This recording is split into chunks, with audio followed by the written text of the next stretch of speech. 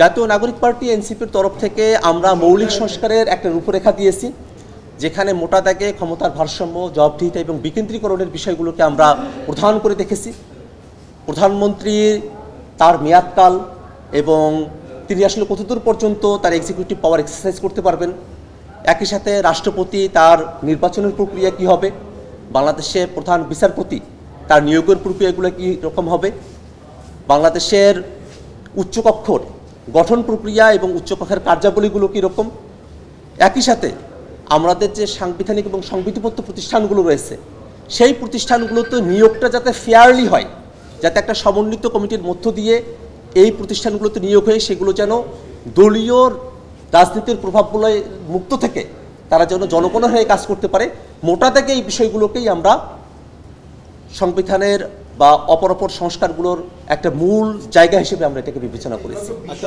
উচ্চকক্ষে PR পদ্ধতির মধ্য দিয়ে নির্বাচন হতে হবে, এটাকে আমরা অবশ্যই একটি মৌলিক সংস্কারের অংশ মনে করি এবং গুরুত্বপূর্ণ মৌলিক সংস্কারের অংশ বলেই আমরা এটাকে মনে করি। মৌলিক সংস্কারের মোটা দাগের যে বিষয়গুলো আছে সেই প্রশ্নটা উত্থাপিত হলেই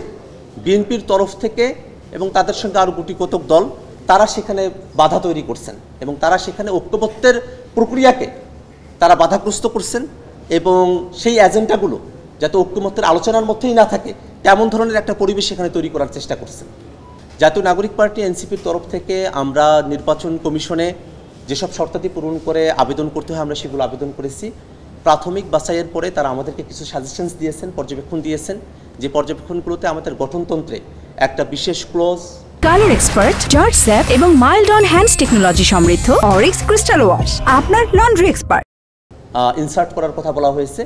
আমরা সেটা আমাদের গঠনতন্ত্রে ইনসার্ট করার ব্যাপারে আমরা পদক্ষেপ গ্রহণ করছি এবং দুই একটি অফিসের ক্ষেত্রে আমাদের যে ডিড হয়েছে অফিস ডিটের মধ্যে আমাদের পার্টির নাম সেখানে সরাসরি মেনশন করা নেই, সে বিষয়গুলোকে তারা আমাদের কাছে উত্থাপন করেছেন। এরকম মাইনর কিছু বিষয় তারা আমাদের পর্যবেক্ষণে নিয়ে এসেছেন এবং সেগুলোকে আমরা খুব দ্রুত সময়ের মধ্যে সংশোধিতভাবে আমরা সেই আবেদনগুলোকে সাবমিট করব।